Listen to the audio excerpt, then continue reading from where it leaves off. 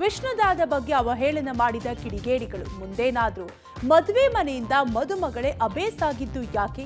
ಭೈರತಿ ಬಸವರಾಜ್ ಮುಂದಿನ ಗತಿಯೇನು? ಕೇರಳದಲ್ಲಿ 10 ತಿಂಗಳ ಕಂದ 5 ಜೀವಗಳಿಗೆ ನವಜೀವನ ನೀಡಿದ್ದು ಹೇಗೆ ಎಂಬ ಎಲ್ಲ ಸುದ್ದಿಗಳನ್ನು ನೋಡೋಣ ಕರ್ನಾಟಕ ಟಾಪ್ 20ಯಲ್ಲಿ.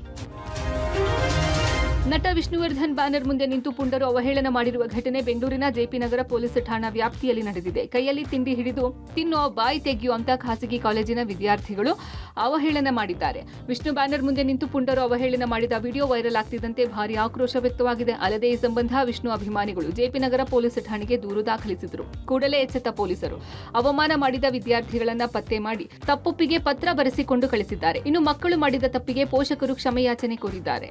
ತಪ್ಪಿಗೆ ನಾವು ಸಮಸ್ತ ಕನ್ನಡ ಜನತೆಗೆ ಕ್ಷಮೆ ಕೇಳ್ತೀವಿ. ನಮ್ಮ ಮಕ್ಕಳೇನೋ ಗೊತ್ತಿಲ್ದಿರ ಏನೋ ಮಾಡಿಬಿಟ್ಟಿದ್ದಾರೆ.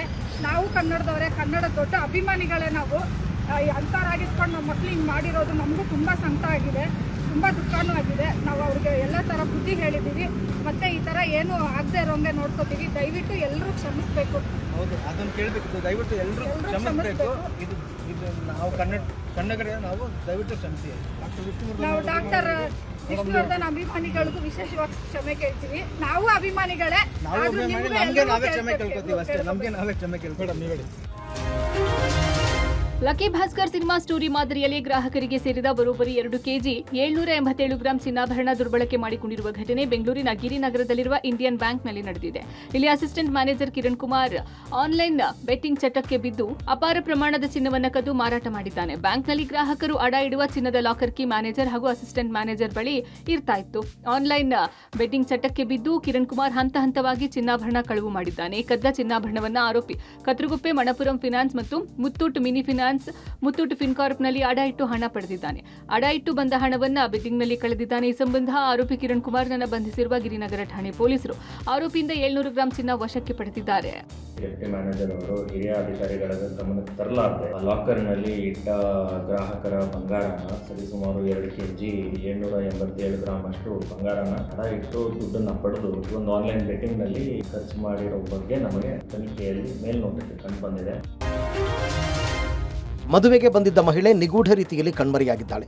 ತುಮಕೂರು ಜಿಲ್ಲೆ ಕುಣಿಗಲ್ನಿಂದ ಚಿಕ್ಕಮಗಳೂರಿಗೆ ಮದುವೆಗೆ ಬಂದಿದ್ದ 29 ವರ್ಷದ ಮಹಿಳೆ ಪ್ರಿಯಾಂಕಾ ಕಣ್ಮರೆಯಾಗಿದ್ದು, ಹಾಸನ ತಾಲೂಕಿನ ಕಲ್ಕೆರೆ ಬಳಿ ಮಹಿಳೆಯ ಒಳ ಉಡುಪು, ಚಪ್ಪಲಿ, ವ್ಯಾನಿಟಿ ಬ್ಯಾಗ್ ಪತ್ತೆಯಾಗಿದೆ. ಈ ಸಂಬಂಧ ನಿನ್ನೆಯಿಂದ ದೂರು ನೀಡಲು ಮುಂದಾಗಿದ್ದರೂ ಪೊಲೀಸರು ಸ್ಪಂದಿಸಿಲ್ಲ ಅಂತ ಸಂಬಂಧಿಕರು ಆಕ್ರೋಶ ವ್ಯಕ್ತಪಡಿಸಿದ್ದಾರೆ. ಫೆಬ್ರವರಿ 12ರ ರಾತ್ರಿ 7:30ಕ್ಕೆ ಕುಟುಂಬ ಸದಸ್ಯರಿಗೆ ಕರೆ ಮಾಡಿ ಪರಿಚಯಸ್ಥರು ಜೊತೆಯಲ್ಲಿ ಸಿಕ್ಕಿರೋದಾಗಿ ಹೇಳಿ ಫೋನ್ ಕಟ್ಟಾದ ಬಳಿಕ ಮೊಬೈಲ್ ಸ್ವಿಚ್ ಆಫ್ ಆಗಿದೆ. ಮಹಿಳೆ ಮೈಮೇಲೆ 30 ಲಕ್ಷ ಮೌಲ್ಯದ ಒಡವೆ ಇದ್ದು, ಒಡವೆ ಸಮೇತ ಮಹಿಳೆ ನಾಪತ್ತೆಯಾಗಿದ್ದು ಹಲವು ಅನುಮಾನಗಳಿಗೆ ಎಡೆ ಮಾಡಿಕೊಟ್ಟಿದೆ. ಮಹಿಳೆ ಮೇಲಿದ್ದ ಒಡವೆಗಾಗಿ ಅತ್ಯಾಚಾರ ಎಸಗಿ ಕೊಲೆ ಮಾಡಿರುವ ಆರೋಪ ಕೂಡ ಕೇಳಿ ಬಂದಿದೆ. ನಿನ್ನೆಯೇ ಪೊಲೀಸರು ದೂರು ಸ್ವೀಕಾರ ಮಾಡಿ ತನಿಖೆ ಕೈಗೊಂಡಿದ್ರೆ ಮಹಿಳೆ ಬದುಕ್ತಾ ಇದ್ರೋ ಏನೋ ಅಂತ ಪೊಲೀಸರ ವಿರುದ್ಧ ಸಂಬಂಧಿಕರು ಆಕ್ರೋಶ ವ್ಯಕ್ತಪಡಿಸಿದ್ದಾರೆ. ಗುರುವಾರ ಬೆಳಗ್ಗೆ ನಾನೇ ಕುಣಿಗಲ್ ಬಂದು ಬಸ್ ಹತ್ತಿ ನಮ್ಮ ಅಲ್ಲಿ ಕುಣಿಗಲ್ ಹತ್ರ ಎಲ್ಲಿವರು ಬಸ್ ಹಸ್ಬಿಟ್ಟು ನಾನು ಹೋದೆ. ಮದುವೆಗೆ ಹೋಗ್ಬಿಟ್ಟೆ ಬರ್ತೀನಿ ಅಂತ ಅವರು. ಮದುವೆಗೆ ಹೋಗಿದ್ದಾಳೆ, ಹೊರಟಿದ್ದಾಳೆ. 1:15 ಫೋನ್ ಮಾಡಿದಾಗು ನಾನು ಊರಿಗೆ ಹೋಗ್ಬಿಟ್ಟು ಬರ್ತೀನಿ ಅಂದರು. ಊರಿಗೆ ಹೋಗಿದ್ದಾಳೆ 6:15 ತಿರ್ಗಾ ಹೊರಡುವಾಗಲೂ ಫೋನ್ ಹಾಕಿದ್ಲು, ಬರ್ತೀನಿ ಅಂದ್ಲು. ಬಸ್ ಹತ್ತ ಮೇಲೆ ಏನಾಯ್ತು ಅಂತ ಗೊತ್ತಿಲ್ಲ. ಬೇಲೂರು ಸ್ಟೇಷನಲ್ಲಿ ಒಂದು 0 FIR ರಿಜಿಸ್ಟರ್ ಆಗಿತ್ತು. ಒಂದು ಲೇಡಿ ಪ್ರಿಯಾಂಕಾ ಅಂತ 28 ವರ್ಷ ಏಜ್, ಅವ್ರ ಬಗ್ಗೆ ಒಂದು ಮಿಸ್ಸಿಂಗ್ ಕೇಸ್ ರಿಜಿಸ್ಟರ್ ಆಗಿತ್ತು. ಇವತ್ತು ನಮಗೆ ಬೆಳಿಗ್ಗೆ ಆ ಲೇಡಿದು ಬಟ್ಟೆ ಸಿಕ್ಕಿದೆ, ಬಟ್ಟೆ, ಸ್ಲಿಪ್ಪರ್ ಮತ್ತು ಒಂದು ವ್ಯಾನಿಟಿ ಬ್ಯಾಗ್. ಸೊ ಇನ್ನೂ ತನಿಖೆ ನಡೀತಾ ಇದೆ. ಎಲ್ಲ ಟೆಕ್ನಿಕಲ್ ಡೀಟೇಲ್ಸ್ ನಾವು ತಗೊಳ್ತಾ ಇದ್ದೀವಿ ಆ್ಯಂಡ್ ಅವರಿಗೆ ಟ್ರೇಸ್ ಮಾಡಲಿಕ್ಕೆ ನಾವು ಸಾಕಷ್ಟು ಎಫರ್ಟ್ಸ್ ಮಾಡ್ತಾ ಇದ್ದೀವಿ. ರೌಡಿ ಶೀಟರ್ ಬಿಕ್ಲು ಶಿವ ಕೊಲೆ ಪ್ರಕರಣ ಸಂಬಂಧ ಬಂಧನವಾಗಿರುವ ಶಾಸಕ ಭೈರತಿ ಬಸವರಾಜ್ಗೆ ಜಯದೇವ ಆಸ್ಪತ್ರೆಯಲ್ಲಿ ಚಿಕಿತ್ಸೆ ಮುಂದುವರೆದಿದೆ. ನಿನ್ನೆ ಪೊಲೀಸರ ಆರೋಗ್ಯ ತಪಾಸಣೆ ವೇಳೆ ಇಸಿಜಿಯಲ್ಲಿ ವ್ಯತ್ಯಾಸ ಕಂಡು ಬಂದ ಹಿನ್ನೆಲೆ ಜಯದೇವ ಆಸ್ಪತ್ರೆಯ ಐಸಿಯು ವಾರ್ಡ್ನಲ್ಲಿ ಚಿಕಿತ್ಸೆ ನೀಡಲಾಗುತ್ತಿದೆ. ಆಸ್ಪತ್ರೆಯಲ್ಲಿರೋ ಬಸವರಾಜ್ ಕೊಠಡಿ ಬಳಿ ಯಾರಿಗೂ ಪ್ರವೇಶವಿಲ್ಲ. ಸಿಐಡಿಯ ಓರ್ವ ಇನ್ಸ್ಪೆಕ್ಟರ್ ನೇತೃತ್ವದಲ್ಲಿ ಒಂದು ಟೀಮ್ ನಿಗಾ ವಹಿಸಿದ್ದು ಈಗಾಗಲೇ ಬ್ಲಡ್ ಸ್ಯಾಂಪಲ್ ಪಡೆದಿದ್ದು ರಿಪೋರ್ಟ್ ಬರಲಿದೆ. ಆಂಜಿಯೋಗ್ರಾಮ್ ರಿಪೋರ್ಟ್ ಬಂದ ಬಳಿಕ ನ್ಯಾಯಾಧೀಶರ ಮನೆಗೆ ಹಾಜರುಪಡಿಸುವ ಬಗ್ಗೆ ನಿರ್ಧಾರ ಮಾಡಲಿದ್ದಾರೆ. ಆಂಜಿಯೋಗ್ರಾಮ್ ಮುನ್ನ ಕುಟುಂಬಸ್ಥರ ಸಮ್ಮತಿ ಅನಿವಾರ್ಯ ಹಿನ್ನೆಲೆ ಕುಟುಂಬಸ್ಥರನ್ನ ಭೇಟಿ ಮಾಡಿ ಸಮ್ಮತಿ ಪಡೆಯಲು ಪೊಲೀಸರು ಮುಂದಾಗಿದ್ದಾರೆ. ಕೇರಳದಲ್ಲಿ ರಸ್ತೆ ಅಪಘಾತದಲ್ಲಿ ಗಂಭೀರವಾಗಿ ಗಾಯಗೊಂಡು ಮಿದುಳು ನಿಷ್ಕ್ರಿಯಗೊಂಡಿದ್ದ 10 ತಿಂಗಳ ಮಗುವಿನ ಅಂಗಾಂಗ ದಾನ ಮಾಡಿ ಅತ್ಯಂತ ಕಿರಿಯ ಅಂಗಾಂಗ ದಾನಿ ಎನಿಸಿಕೊಂಡಿದೆ. ಫೆಬ್ರವರಿ 5ರಂದು ಕೇರಳದ ಪಟ್ಟಣಂತಿಟ್ಟ ಜಿಲ್ಲೆಯ ಮಲ್ಲಪಳ್ಳಿಯ ಮೂಲದ ಮಗು ಕುಟುಂಬ ತೆರಳುತ್ತಿದ್ದ ಕಾರು ಕೊಟ್ಟಾಯಂನ ಪಲ್ಲಂ ಬಳಿ ಇನ್ನೊಂದು ಕಾರಿಗೆ ಮುಖಾಮುಖಿ ಡಿಕ್ಕಿಯಾಗಿತ್ತು. ಅಪಘಾತದಲ್ಲಿ ಮಗುವಿಗೆ ಗಂಭೀರ ಗಾಯವಾಗಿತ್ತು. ಮಗುವಿನ ಪೋಷಕರು ಅಜ್ಜ ಅಜ್ಜಿ ಸಣ್ಣಪುಟ್ಟ ಗಾಯದಿಂದ ಬದುಕುಳಿದ್ರು.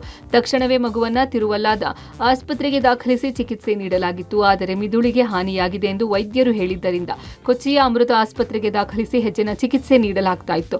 ವೈದ್ಯರು ಹಾಗೂ ಪೋಷಕರ ಸತತ ಪ್ರಯತ್ನದಿಂದಲೂ ಅಳಿನು ಬದುಕುಳಿಯಲಿಲ್ಲ. ಫೆಬ್ರವರಿ 10ರಂದು ಮಗು ಮೃತಪಟ್ಟಿದೆ ಎಂದು ಅಮೃತ ಆಸ್ಪತ್ರೆಯ ವೈದ್ಯರು ಘೋಷಿಸಿದರು. ತೀವ್ರ ದುಃಖದ ನಡುವೆಯೂ ಮಗುವಿನ ಪೋಷಕರು ಅಂಗಾಂಗ ದಾನಕ್ಕೆ ಸಮ್ಮತಿಸಿದರು. ಕಣ್ಣು, ಹೃದಯ, ಕಿಡ್ನಿ ಮತ್ತಿತರ ಉಪಯುಕ್ತ ಅಂಗಗಳನ್ನು ತಿರುವನಂತಪುರದ ಆಸ್ಪತ್ರೆಗಳಿಗೆ ದಾನ ಮಾಡಲಾಗಿದೆ. ಅಂಗಾಂಗಗಳ ರವಾನೆಗೆ ಕೊಚ್ಚಿ ಪೊಲೀಸರು ಝೀರೋ ಟ್ರಾಫಿಕ್ ವ್ಯವಸ್ಥೆ ಮಾಡಿದರು. ಅಮೆರಿಕದ ಕ್ಯಾಲಿಫೋರ್ನಿಯಾದಲ್ಲಿ ಕನ್ನಡಿಗ ವಿದ್ಯಾರ್ಥಿ ನಾಪತ್ತೆಯಾಗಿದ್ದಾನೆ. 22 ವರ್ಷದ ಸಾಕೇತ್ ಶ್ರೀನಿವಾಸಯ್ಯ ನಾಪತ್ತೆಯಾಗಿದ್ದು, ಬರ್ಕ್ಲಿಯ ಕ್ಯಾಲಿಫೋರ್ನಿಯಾ ವಿಶ್ವವಿದ್ಯಾಲಯದಿಂದ ಸ್ನಾತಕೋತ್ತರ ಪದವಿ ಓದ್ತಾ ಇದ್ದ. ಸ್ಯಾನ್ ಫ್ರಾನ್ಸಿಸ್ಕೋದಲ್ಲಿರುವ ಭಾರತೀಯ ಕಾನ್ಸುಲೇಟ್ನಿಂದ ಕುಟುಂಬಸ್ಥರಿಗೆ ಮಾಹಿತಿ ರವಾನೆಯಾಗಿದೆ. ಸ್ಥಳೀಯ ಪೊಲೀಸರು ಸಾಕೇತ್ ಹುಡುಕಾಟವನ್ನ ನಡೆಸುತ್ತಿದ್ದಾರೆ. ಸಾಕೇತ್ ನಾಪತ್ತೆಗೆ ಭಾರತೀಯ ಕಾನ್ಸುಲೇಟ್ ಜನರಲ್ ತೀವ್ರ ಕಳವಳ ವ್ಯಕ್ತಪಡಿಸಿದ್ದು, ಈ ಬಗ್ಗೆ ಎಕ್ಸ್ ಖಾತೆಯಲ್ಲಿ ಪೋಸ್ಟ್ ಮಾಡಿ ಮಾಹಿತಿ ಹಂಚಿಕೊಂಡಿದ್ದಾರೆ. ಇನ್ನು ಸಾಕೇತ್ ನಾಪತ್ತೆ ಬಗ್ಗೆ ಸ್ನೇಹಿತ ಬನೀತ್ ಸಿಂಗ್ ಸೋಷಿಯಲ್ ಮೀಡಿಯಾ ಮೂಲಕ ಮಾಹಿತಿ ಹಂಚಿಕೊಂಡಿದ್ದು, ನನ್ನ ರೂಮ್ಮೇಟ್ ಸಾಕೇತ್ ಶ್ರೀನಿವಾಸಯ್ಯ ಫೆಬ್ರವರಿ 9ರಿಂದ ಕಾಣೆಯಾಗಿದ್ದಾನೆ. ಕೊನೆಯದಾಗಿ ಬರ್ಕ್ಲಿ ಬೆಟ್ಟಗಳಲ್ಲಿರುವ ಅನ್ಜಾ ಸರೋವರದ ಬಳಿ ಕಾಣಿಸಿಕೊಂಡಿದ್ದಾನೆ.